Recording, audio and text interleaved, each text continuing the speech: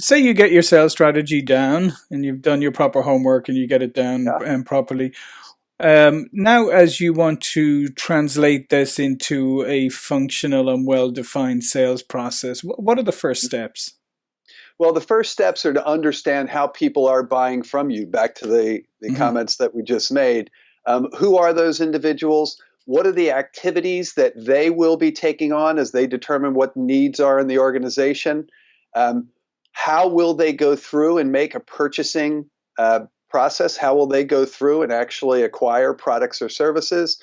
So before we get into the selling, and the misnomer is the name sales Hmm. process, is we want to make sure that we understand what's happening on the customer or the prospect side to actually procure your product or services.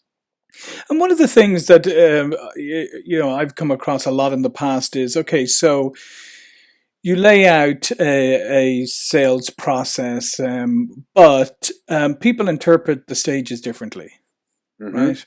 So Yeah. it's obviously very important to define what happens within a stage rather than just be vague Yes. about a stage, right?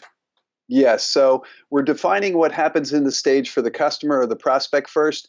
Then we're going in and saying what are the things that the seller or people who are supporting the seller, technical resource, whatever it might be, should be doing during those stages.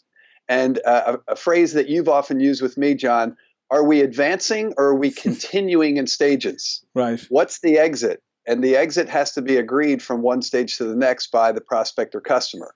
So we'll put those things in, and we don't want it to be burdensome in sales process, like it has to be contractual every time, but we do need to get agreement that we're moving forward, and it's based on the definitions within those stages.